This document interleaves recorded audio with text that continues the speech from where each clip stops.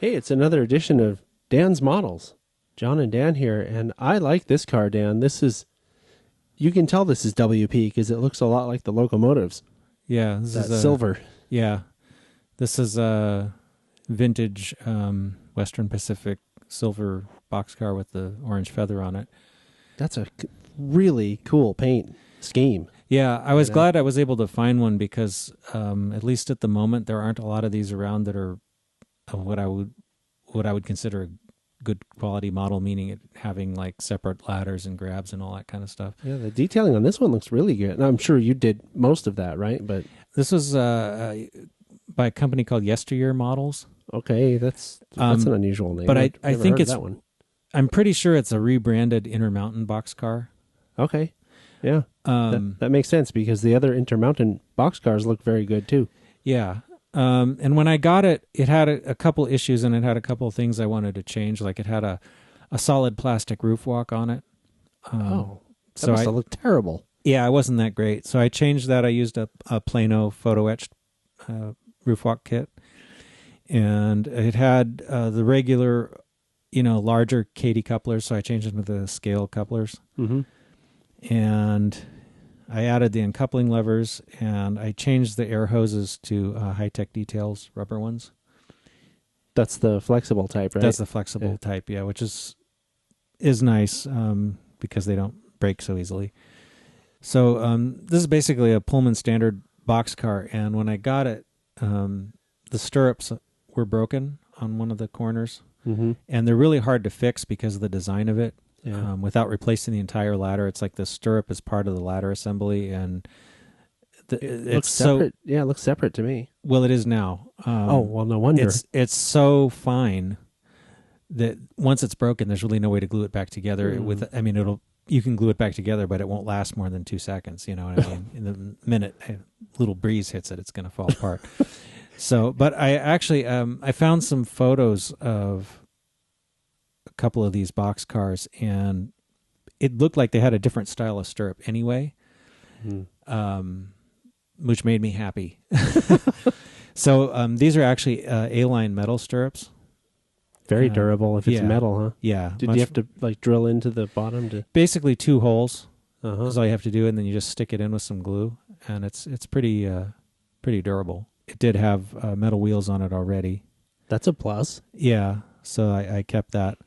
And I did keep the original coupler boxes on this one, which are basically glued on. A lot of the other cars that I've done, I've changed them to the Katys and tapped them for screws. 256 tap? Yeah, but for this one, for some reason, I just glued them back on. So anyway. If it didn't have any issues, there's no reason not to. Yeah. A lot of them, part of the reason I do that is because a lot of times they'll break when you try to take them apart because they're glued. So, and then you have to end up drilling them out anyway. So I figured, well, if you're going to do all that, you might as well just change the box and put a better coupler box on it. I think this one actually had openable doors, but I ended up gluing them shut because they wouldn't stay closed. Oh. And I didn't want them to be moving around while the train was rolling down the track. Oh, that would be kind of lame, wouldn't it? Yeah. It's rolling down the track and the doors slowly. Yeah, so I didn't want that to happen, so I went ahead and glued them. If you have a good imagination, it could be a drunk guy inside trying to open the door so he could barf out the side. drunk hobo. Anyway, I weathered this particular car with a combination of powders and washes and a little airbrushing. I did an overall wash of kind of a very diluted black, and that kind of made some of the panel lines pop a little bit.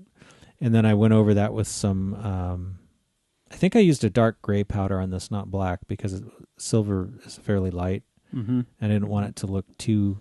Black might contrast too much. Huh? Yeah, sometimes you got to be careful, and then just a tiny bit of airbrushing on the bottom with a little bit of like earth tone to make it a little dirty, and then a little bit of light resting on the top with some powders.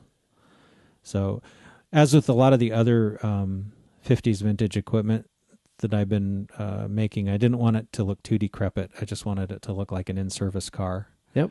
Well, it's another cool looking car, and boy, I tell you what, we put this train together.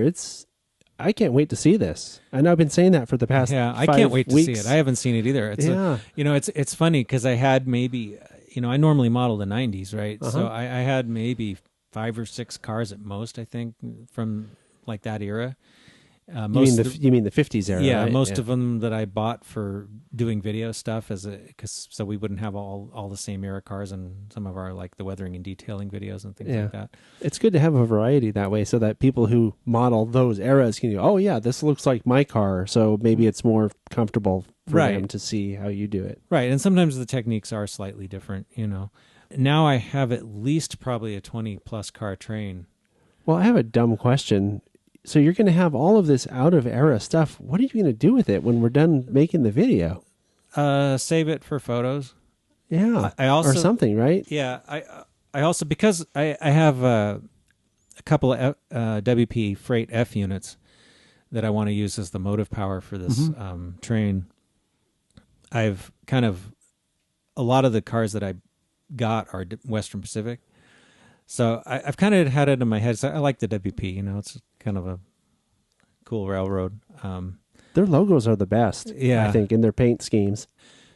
I have a couple of like those brass steam locomotives that I eventually would get around to finishing. Oh, that would look good on those too. Yeah, it'd be nice to have a vintage train to use with them. Well, think of this too, and I'm pretty sure this will happen.